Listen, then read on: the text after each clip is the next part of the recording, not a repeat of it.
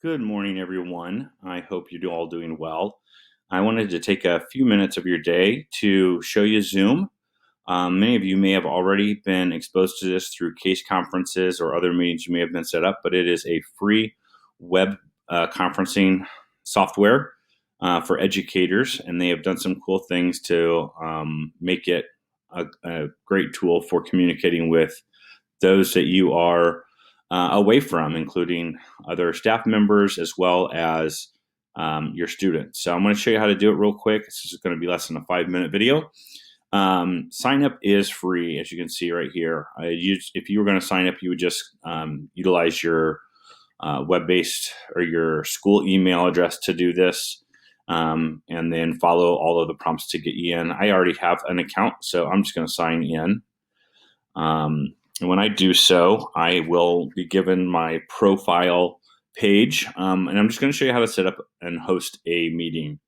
It's pretty simple, like I said. So we'll go over here to meetings, click on that, and we're going to schedule a new meeting. Now, you'll notice I have one in here already with April, and so we'll kind of test drive that one here in a second. But let's go ahead and schedule this as a team meeting.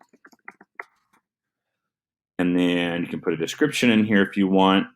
You can adjust your time settings and the length.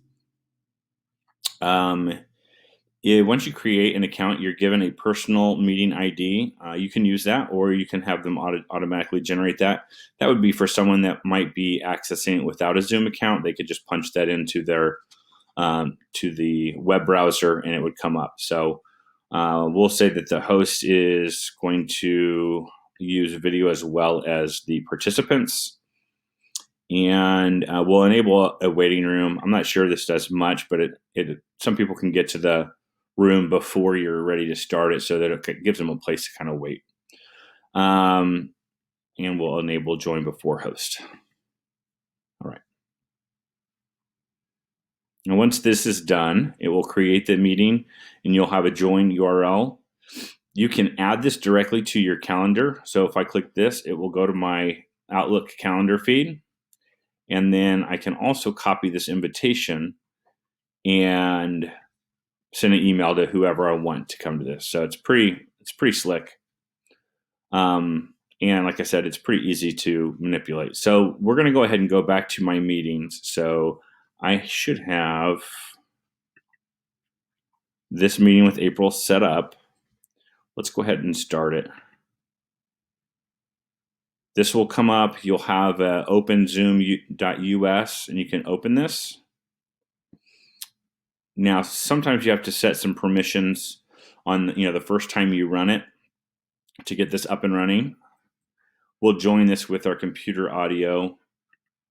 Hey, everyone. And you'll notice that at the bottom of my screen, I'll enlarge this so everyone can see it, I have different things that I can do. So I can share my screen, and that allows me to pick a number of different things that I could share. The most likely one might be your actual desktop. So if I share that, then you'll see what I would have behind my Zoom. And in the upper right-hand corner, you would still have the video. I can stop share, which would bring me back to the video.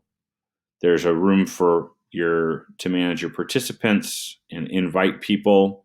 There's a chat window that you can open up and keep a dialogue going. If you're in one of these, you have the ability to mute yourself, which I highly encourage if you're in a large meeting.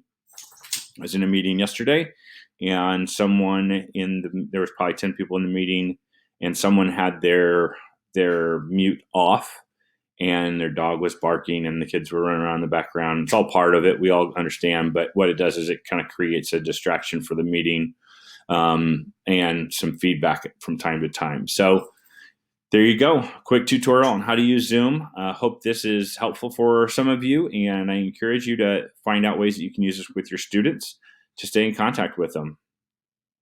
Thank you. Have a good day.